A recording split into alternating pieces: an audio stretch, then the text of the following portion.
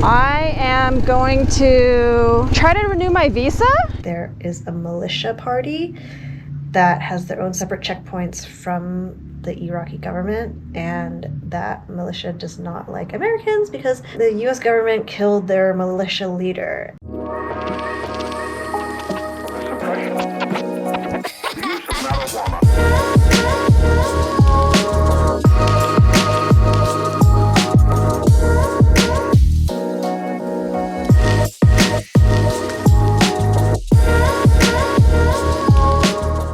I've been to 1, 2, 3, 4, 5. This is the 5th building, and it's still not it. I'm beyond frustrated, and they gave me another building. Okay, let's try this building. This building is definitely the right building. Thank goodness. I lost count, 6 or 7. We're at the Directorate of Residency, Suleimani Governorate.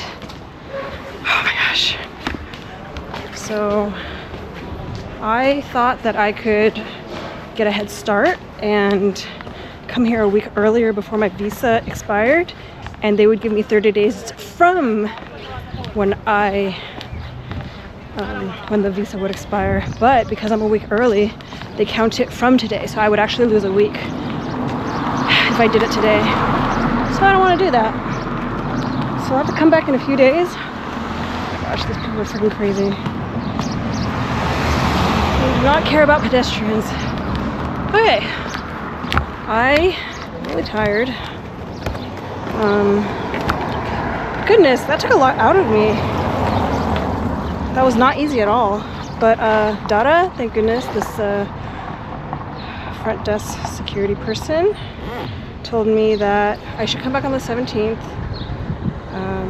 pay, and the first round of renewal, you don't need to do a blood test, but the second round of renewal, you do need to do a blood test. So that's good news, because then it takes 2 days at least for the blood test, because you have to go to a hospital, they have to submit results, but I think this can be done the same day when I come back. Man, that was such a headache. I'm really exhausted.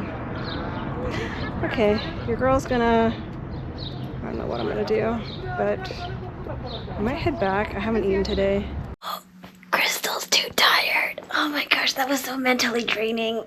I try to go to the bazaar tomorrow. I really want to, but that was just very, very draining. Oh, I actually cried too because, dude, imagine like not speaking the language and the location on the official Kurdistan visa website is incorrect, and you know, people are trying to help you, but you just don't speak the language.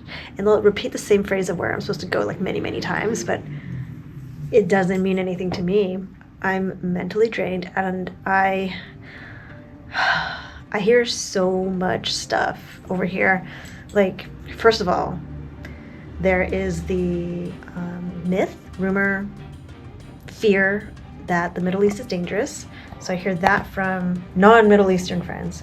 But then if I zoom in from macro to micro, people from Turkey say Iraq is dangerous. And then if I zoom in even more, Kurdish folk in Turkey tell me Iraq is dangerous. And then it goes from city to city as well.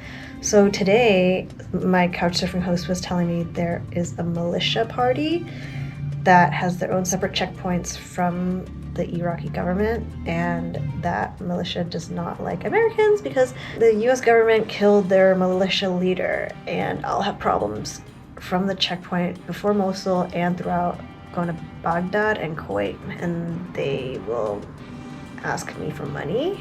And I was like, what can I do? Can I go the backcountry way, the mountain way?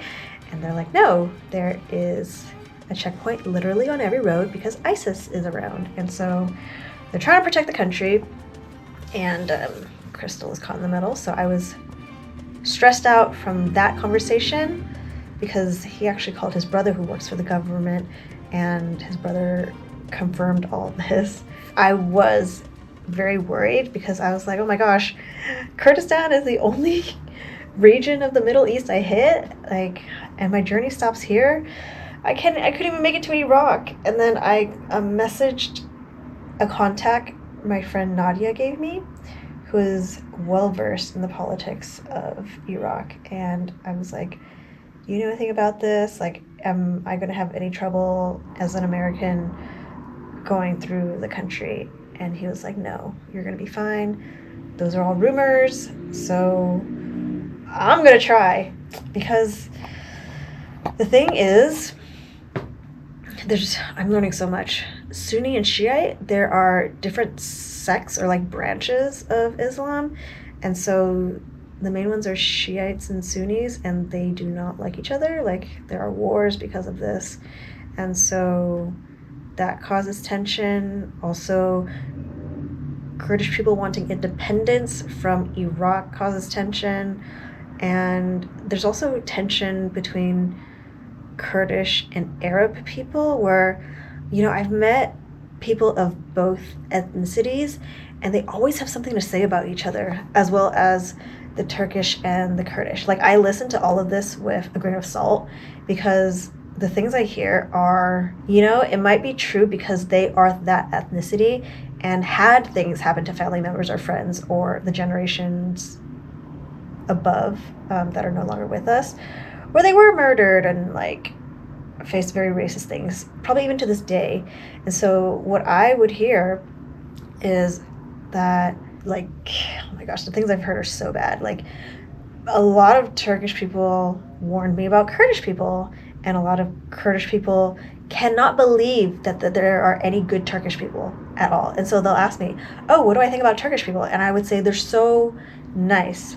They are amazing. 99% of them are like the most kindest, most hospitable, selfless, helpful people in the world. Even if they don't speak English, they would try to help me.